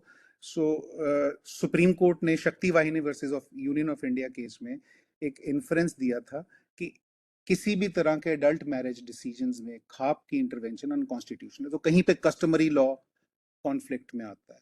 Tribal justice systems के बारे में हम बात कर चुके हैं। ट्राइबल जस्टिस सिस्टम्स में ज़्यादातर कस्टमरी कोर्ट्स आते हैं। रेस्टोरेटिव जस्टिस, मैंने न्यूजीलैंड का एक एग्जांपल लिया जहाँ पे उनका लीगल सिस्टम उनके इंडिजीनियस जस्टिस मैकेनिज्म्स को एक्नॉलेज करता है एज लीगल। और कैंगरू कोर्ट्स, नालिनी सुंदर ने बड़ा इसके ऊपर काम किया है कि इनफॉर्मल जस्टिस सिस्टम जैसे खाप पंचायत, मैंने अभी बात की, ये कल्चरल लेजिटिमेसी क्लेम करते हैं। कैसे जैसे कोई भी कैंगरू कोर्ट है वो पनिशमेंट देता है और सोसाइटी उसको इंप्लीमेंट करने की इजाजत देती है। क्यों? क्योंकि उनका कल्चर उनको लेजिटिमेसी देता है। सो ये कुछ एक केसेस हैं जो हमारे कॉन्स्टिट्यूशनल नॉर्म्स को कॉन्फ्लिक्ट करते हैं, उनको थोड़ा सा उनसे डाइवर्ज करते हैं। अब एक चीज और आ गई, बड़ा कंटेम्परेरी सा है, कि खालिस्तानी प्रोटेस्ट हुए थे 2024 में। खासकर से डायस्पोरा ने यूके और कनाडा में बड़ी डिबेट जनरेट की थी इस चीज को लेकर कि खालिस्तान की डिमांड दोबारा से हो रही है, और जो डिसेंट है वो वायलेंटली एक स्पेसिफिक कम्युनिटी ने, डायस्पोरा की, दिखाया। Though a few people viewed these protests as expression of political dissent, उनको था कि historical grievances हैं और मतलब कोई disadvantaged communities हैं, या there is an identity crisis between their host nationality and their diasporic nationality. The host governments in those countries responded with varied degrees of legal restraint. So this episode highlights how diasporic community carry forward their homeland political identities and intersect with legal systems abroad. Anthropology मदद करती है इन cultural meanings को decipher करने में, जैसे protests हैं। सो किस तरीके से मल्टीकल्चरल टॉलरेंस प्रमोट करके negotiations, public order, national law को इम्प्लीमेंट किया जा सके, रिस्ट्रेंट बनाया जा सके। वेरी रिसेंटली वकफ अमेंडमेंट बिल के ऊपर सुप्रीम कोर्ट की ऑलमोस्ट डेली न्यूज़पेपर्स में कोई ना कोई इंजंक्शन या कोई ना कोई उनका वर्डिक्ट तो नहीं मैं बोलूंगा, कोई ना कोई उनका डायरेक्टिव आ रहा है। सो few of the critics of this bill argue that it gives excessive powers to Waqf board over land acquisition. Now here an anthropological insight would offer information on how religious institutions mediate between sacred authority and state law. So there are tensions between secular state and religious governance in a plural society, which can be broadly highlighted by anthropology. अब इसके साथ ही तीन एक areas ऐसे हैं जहां पे हमें थोड़ी सी रिफ्लेक्शन की जरूरत है, डिबेट की जरूरत है। क्या हम कस्टमरी लॉ को मेन स्ट्रीम लॉ का हिस्सा बनाएं? फॉर एग्जाम्पल, कस्टमरी लॉ है पर्दा या हिजाब या कुछ श्राइन्स पे एनिमल सैक्रिफाइस होता है, और लीगल कैनन्स में हम उसको बारबेरिक, या हम ये नहीं कहेंगे वो इलीगल है, पर हम उसको लीगली अलाउ भी नहीं करते, पर अकोमोडेट कर देते हैं सर्टन स्पेसिफिक सिचुएशंस को लेके, सर्टन स्पेसिफिक कम्युनिटीज के रिलीजियस बिलीफ्स को लेके टॉलरेंस के तौर पर। सो क्या हम इन लोगों को इन बिलीफ्स को मेन स्ट्रीम बिलीफ्स में, मेन स्ट्रीम लॉज में इंटेग्रेट करें? हालांकि ऐसा करने से इन प्रैक्टिसेस को लीगल प्रोटेक्शन तो मिलेगी, लेकिन ये कस्टम्स जो हैं वो रिजिडिफाई हो जाएंगे, कुछ लोगों का मानना है। In India the debates around tribal customary law, in the sixth schedule reflect these tensions. दूसरा एक बड़ा important है human rights versus cultural relativism. I wanted to put a picture here, but certain ethical constraints did not allow me to put that picture. मेरा मतलब मैं ethically he I didn't want, because वो बड़ा गोरी picture था. वो picture किस चीज का? Female genital mutilation. Now it is a very very retrograde practice which is पर प्रैक्टिस अराउंड दी वर्ल्ड. आज मतलब मैंने यूनिसेफ से डाटा निकाला और आज सुबह निकाला है कि 230 million girls and women have faced female genital mutilation. Africa में कस्टम है, बेसिकली ट्राइबल कस्टमरी प्रैक्टिस है कि वहां पे फीमेल के जेनिटल्स को सरकमसाइज किया जाता. सो अब ऐसे लोकल कस्टम्स को हम यूनिवर्सल ह्यूमन राइट्स के साथ किस तरह इंटीग्रेट करें? It's a big question. So 144 million girls have faced this mutilation circumcision in Africa. Asia second number पे 80 million और Middle East Asia 6 million. And around 1 to 2 million girls are affected in small practicing communities in destination countries for migration in the rest of the world. So a big question is, पहला question था कि क्या हम customary law को coded law के साथ integrate कर सकते हैं? दूसरा, क्या हम cultural specific practices को ह्यूमन राइट प्रैक्टिसेस के साथ इंटीग्रेट कर सकते हैं? और तीसरा है इंटरसेक्शन विद एनवायरमेंटल लॉ. अब ठीक है, हमने फॉरेस्ट एक्ट को इनैक्ट कर दिया और हमने बोला फॉरेस्ट ट्राइबल्स के अपने अपने रूल्स हैं, इनको they have to have that autonomy because they are living dependent on the forest.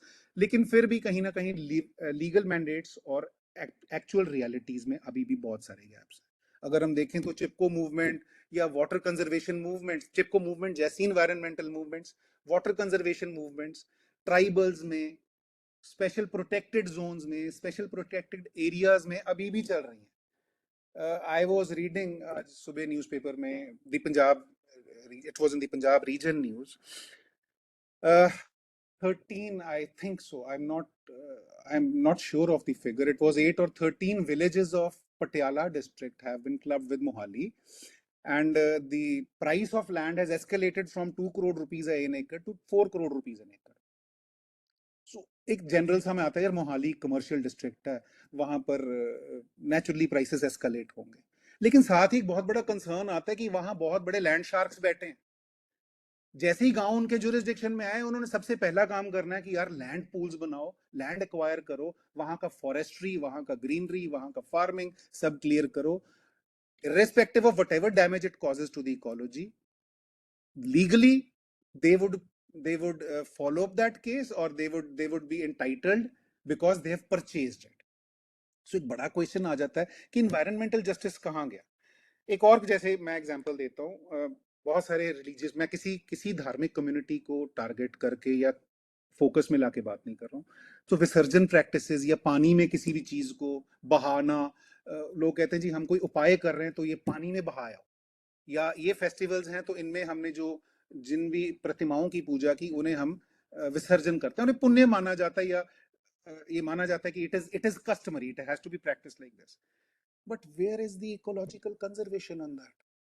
So as a society, as a legal system, and as a structural entity, we are oblivious to these questions. Anthropology will help, social anthropology, legal anthropology helps step in these arenas and offer solutions. मैं इसके बारे में आपसे 2 बात कर चुका हूँ, पर फिर भी हम बात करते हैं थोड़ा सा कि स्ट्रक्चरल बैरियर्स, चाहे वो कास्ट को लेकर है, क्लास को लेकर है, जेंडर को लेकर है, आइसोलेशन, जोग्राफिकल आइसोलेशन को लेकर है, लीगल इलिटरेसी को लेकर है, या लिंग्विस्टिक एलियनेशन को लेकर है. बहुत सारे बच्चे या बहुत सारे लिटिगेंट्स ऐसे आते हैं जिन्हें लीगल प्रोसीडिंग्स, लीगल लैंग्वेज के बारे में नहीं पता. So there are mechanisms like online mediation, lok adalats, but they are not, but there needs to be done more for cutting this backlog. So a discourse from anthropology and sociology to law as a feedback would go a long way in addressing these systemic deficiencies. Now, in the age of technology, we have a very important thing that our entire world is a surveillance world, right from my voice sample to my retina scan, to my fingerprint scan, everything is there in one small device. And मुझे surety है कि जी उस company ने बोला कि जी you are secure, एक ताला बना के उन्होंने दिखा दिया कि आपकी privacy assured है. Is it really? बहुत ज्यादा arenas हैं legal conflict. I don't remember what was the topic of Dr. Walia a couple of days ago, but I think it must be on this your AI and law.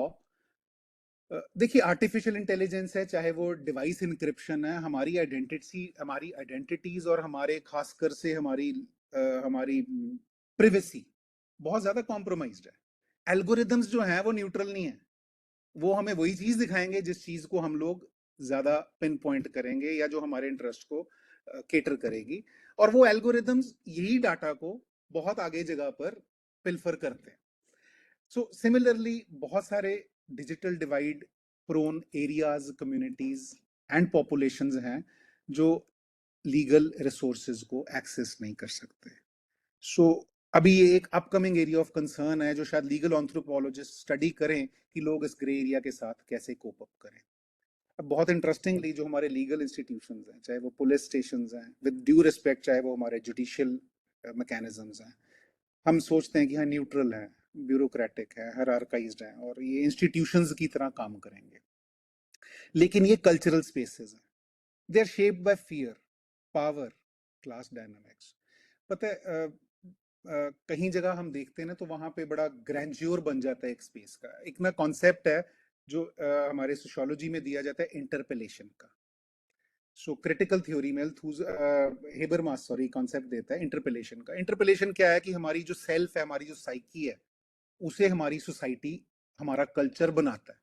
तो जब भी हम किसी बड़े दफ्तर में, किसी बड़े अधिकारी पद पे या किसी कॉन्स्टिट्यूशनल ऑफिस में, parliament, Lok Sabha, courts, DC office जाते हैं तो उन जगहों का ग्रैंड्योर देख के हम पहले ही सबलाइम हो जाते हैं, हम छोटे हो जाते हैं. क्यों? क्योंकि उन जगहों का वो दिखने में इंस्टीट्यूशंस हैं, उनका मैंडेट लिखा हुआ है बाहर की वो न्यूट्रल है, लेकिन हमें पता है कि हम खौफजदा हो जाते हैं क्योंकि वो पावर को रिफ्लेक्ट करते हैं. सो यहाँ कानून जो है प्रोटेक्शन कम, सर्वेलेंस, रिप्रेशन और आइडियोलॉजिकल फ्रेमिंग टूल का काम ज्यादा करता है. एक और थ्योरिस्ट है, मैं कोट करूंगा यहाँ पे, लुई अल्थूजर, तो बात करते हैं आइडियोलॉजिकल और रिप्रेसिव स्टेट अपरेटसेस की.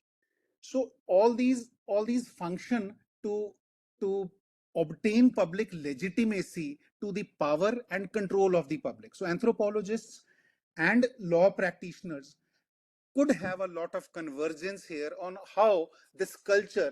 अब बहुत सारा वेरिएशन है. अब हम जापान को देखते हैं, जापान का मैं डेवलपमेंट पढ़ाता हूँ तो अक्सर पहला क्वेश्चन ही होता है जी कि सर बहुत सारे कंट्रीज हैं, लोग एक जैसे हैं, संस्थाएं एक जैसी हैं, क्रियाशीलता एक जैसी है, फिर भी ये कंट्री बहुत डेवलप्ड है, कंट्री बहुत रिग्रेसिव है. So, and I often ask them, if I give you a mobile phone and free internet, and vis-a-vis the same is given to a Japanese child, would there be a variation in how you use this technology? Yes, certainly there would be a variation, because that is how we are culturally institutionalized to subscribe to our surroundings. So ideological state apparatus, repressive state apparatus, through them the state enforces their norms. Anthropology has a lot to offer to law, and law has a lot to take from anthropology from this context. Similarly, मैं last में अगर आपसे बात करूं, हम zoom out करते हैं थोड़ा सा. हम ये पूछते हैं कि जब वेस्टर्न लीगल आइडियाज अप्लाई होते हैं हमारे ऊपर तो क्या होता है? Sorry to disturb you, sir, but जी. we are out of time ma'am limit. 8:15 आपने बोला था. I'll just finish it at 8:15. Would that be okay, or do you want me to conclude? Gautam sir, 8:15, we want more time for discussion of participants with you.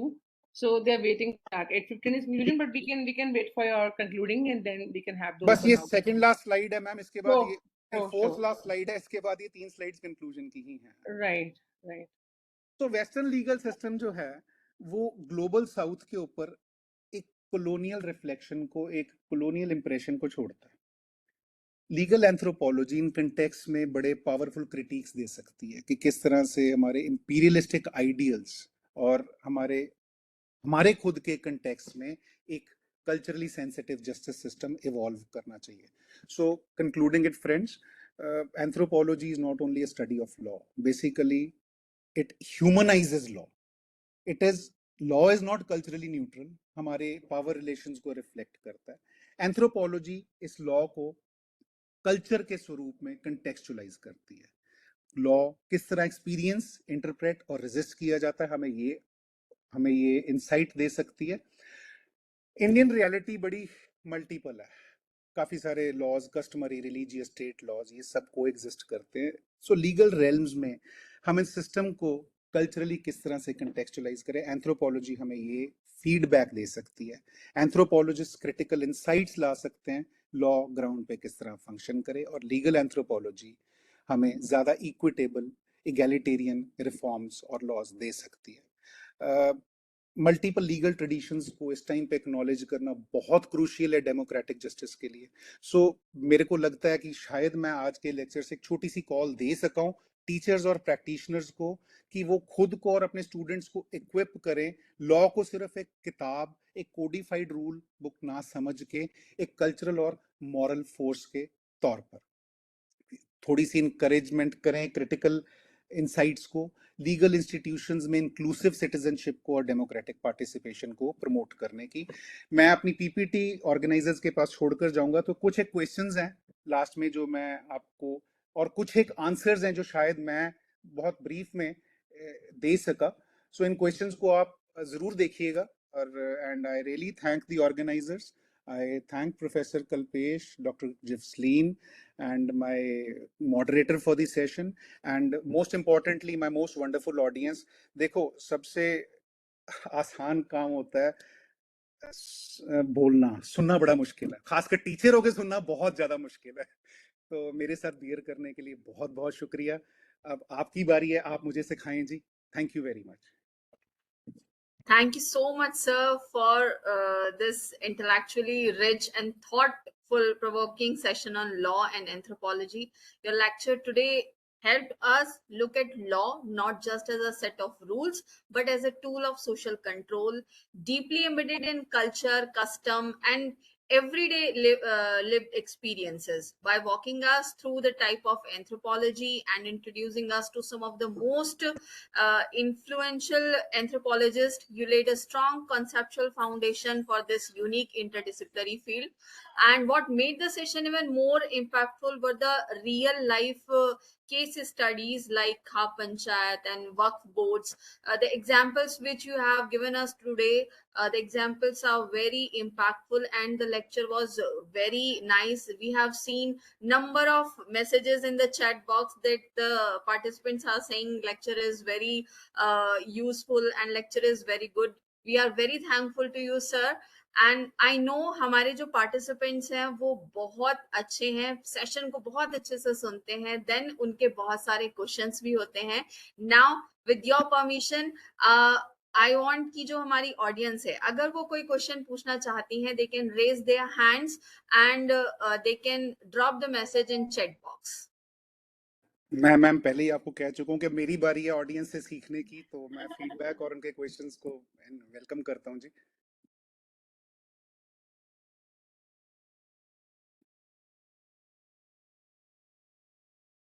Sir, we have a question in chat box from Shreya. Yes. She's asking, how does AI and technology impact juvenile delinquency? See, juvenile delinquency, I would not say that AI is impacting juvenile delinquency, but yes, certainly technology is. Now, see, when there is a small column in the Juvenile Justice Act that mentions about collecting the social background report of the child as soon as he's brought in front of the Juvenile Justice Court. So the social background report is to be prepared by the investigating officer who has apprehended the child. So at the very outset, there are a few questions in that after recording their basic details, that what was the precipitating factor, or what predisposed these children to commit crime. And there are three main options to it. One is parental neglect, two is peer group influence, and three is influence of technological aids. Most of the children, I'm talking as a practitioner now. So most of the children, when they come with some gory crimes, today there was a case in which a group of children rather, so they came and they had this big a knife that was apprehended from them. Where did you buy it? Amazon.com. कितने का मिला? 750 रुपए का मिला. ये कहां से सीखा करना? ये हमें YouTube पे मिल गया था. See, अब डिसेमिनेशन का जो श्रेया जी, जो डिसेमिनेशन का मोड हो गया ना, वो बहुत वाइड हो गया, और उसमें खासकर से अनइम्प्रेशनेबल माइंड्स के ऊपर इस टेक्नोलॉजी का इंप्रेशन बहुत है. अब जो रोल मॉडल्स बन रहे हैं ना, वो रोल मॉडल्स कोई एमिनेंट पर्सनालिटीज नहीं बन रहे हैं. मैंने जैसे आपको बोला, illegitimate opportunity attracted to wrong practices. मैं प्रियांशु जी इसका जवाब आपको देता हूँ 2 मिनट में. पहले मैं श्रेया का क्वेश्चन एड्रेस करूँ. सो टेक्नोलॉजी में एआई का तो नहीं अभी बोलूंगा, बिकॉज एआई बड़े नेसेंट स्टेजेस में और इस पे बहुत सारा रिसर्च होना रहता है. बट यस, टेक्नोलॉजी एक प्रेसिपिटेटिंग फैक्टर है जो डेलिंक्वेंसी को बहुत ज्यादा प्रमोट करता है. सी, हमारे यहाँ पे कंटेंट की फिल्टरिंग नहीं है. सो किसी भी तरह का कंटेंट, चाहे वो एक्सप्लिसिट कंटेंट है, चाहे वो वायलेंस बेस्ड कंटेंट है. जैसे मैंने आपको अभी खुद अपने पंजाब का एक एग्जांपल दिया कि वायलेंस को, आर्म्स कल्चर को बड़ा ग्लोरीफाई किया जाता है, बड़ा मतलब इस चीज को ना किया जाता है, पैटर्नेज दी जाती है बड़े पॉपुलर कल्चर में. तो वो गाने जो शायद हम लोगों ने नहीं भी सुने होंगे, यंग ऑडियंस बहुत सुनती है, एंड दे टेक प्राइड इनकी. देखा उस गाने में भी लिखा था कि वो अपनी कम्युनिटी का नाम लिखेंगे कि हमारी गाड़ी में आगे कौन बैठा होगा? हमारी गाड़ी में लड़की नहीं, हथियार बैठा होगा. So they valorize this kind of mindset and they adopt them as role models. कहाँ से आ रहे हैं? वो टेक्नोलॉजी से आ रहे हैं. मोड्स ऑफ कमिटिंग क्राइम कहाँ से आ रहा है? टेक्नोलॉजी से आ रहा है. वो गए दिन सीआईडी वाले जब टीवी पे लोग देख के सोचते थे नहीं, क्राइम का नतीजा बुरा होगा, अब यूट्यूब पे बहुत ज्यादा उसको बहुत ज्यादा पॉपुलैरिटी भी मिलती है और बहुत ज्यादा पैटर्नेज भी मिलती है. सो दूसरा क्वेश्चन था प्रशांत जी का कि हम इसको किस तरह से एड्रेस कर सकते हैं. देखो Prashant ji and the rest of the audience, कोई एक सिंगल हमारे पास, there is not no Sanjeevani booti with us with which we can absolutely plug it in. So एक ना सोशियोलॉजी में एक और थ्योरिस्ट था, बोलोगे थ्योरिस्ट की बहुत बातें कर दी मैंने, मैक्स वेबर. सो वो बोलता है कि there have to be plurality of responses to the plurality of causes. So उसने एक methodology दी थी, causal pluralism. So there, for the occurrence of an event, there are plurality of causes, and to address those events, we need to have plurality of interventions. देखो systemic barriers हैं बहुत सारे. उन systemic barriers पे हमारे institutional mechanism addresses, उनको address कर सकते हैं. Religious barriers हैं, social barriers हैं, even ideological barriers हैं. बहुत हद तक जरूरत है, और मैं इस चीज को एक बार नहीं बहुत बार एडवोकेट कर चुका हूं कि एक बड़ी होलिस्टिक इंटरवेंशन की जरूरत है. It is not only a censor board must consider, but despite their censorship you would find them. देखिए, आज आपने कोई भी कंटेंट देखना है इंडिया में, लेटेस्ट से अगर 140 वेबसाइट्स बैंड हैं या 280 वेबसाइट्स बैंड हैं, उनको आप किसी भी वीपीएन से एक्सेस कर सकते हैं, क्योंकि इतनी बड़ी इंडस्ट्री बिहीमौत बन चुका है. अब ये खासकर हमारा इंटरनेट इतना बड़ा बिहीमौत बन चुका है. मैं कुछ दिन पहले एक रेडियो टॉक पर बैठा था, तो वहां पे एंकर ने मुझे बताया कि यूट्यूब पे सर एक ट्रेंड चलता है, मैं उस ट्रेंड का नाम नहीं लूंगा यहाँ पे, पर उसका हैशटैग चलता है. अगर आप उसे सर्च करेंगे तो आपको वर्ल्ड ओवर से बड़ा एक्सप्लिसिट कंटेंट मिलेगा जहां पे लोग अपने आप को ड्रेसअप होता हुआ दिखाते हैं. तो ये माइंडसेट कहां से आ रहा है? हमारा माइंडसेट, हमारी सोसाइटी ही इवॉल्व कर रही है. आज मेरे को एक मदर मिलती है जो मुझे बोलती है, सर मेरा ना मेरे को बड़ी वो चाहिए, श्रेया पेरेंटल मॉनिटरिंग पे ही आ रहा हूँ. तो एक मदर मुझे मिलती है, वो मुझे बोलती है कि सर मेरे को ना कोई काउंसलर दो अच्छा सा. इंटरेस्टिंगली वो मुझे जुवेनाइल जस्टिस बोर्ड में मिलती है और वो she is a practising advocate. एक बच्चे की मेंटल असेसमेंट चल रही है, तो वहां पे वो मुझे कहती है मुझे एक काउंसलर दो जी. So I said, what kind of counseling do you want? Education counseling, admission related? नहीं सर, मेरा बच्चा तो ना सारा दिन मोबाइल पे रहता है.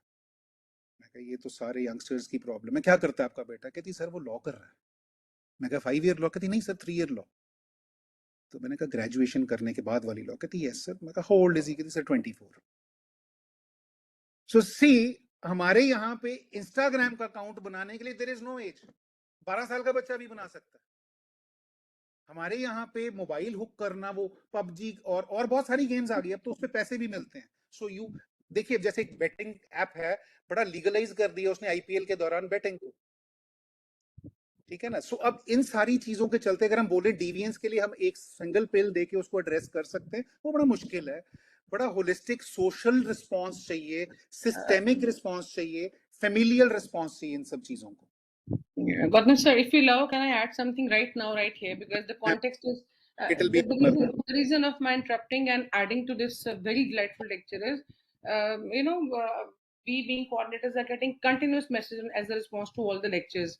So it was in the first lecture of sociology when I was taking it, and now this is today that I'm getting influx of messages, and they want to have more and more lectures from sociology. And I would like to add right now, right here, what Gautam sir is saying is we forget जो हम 1300 लोग बैठे हैं ना, इनमें से 90% तो हैं जो academics हैं ना, जो academicians हैं, and we are working in higher education institutions, either colleges or universities. So I believe जो क्वेश्चन था अभी 10-12 मिनट पहले आया कि कैसे इनको control, we the teachers of higher education system or in this system are the strongest instrument to check these things. We have to handhold youth, we have to understand them, we have to give them space.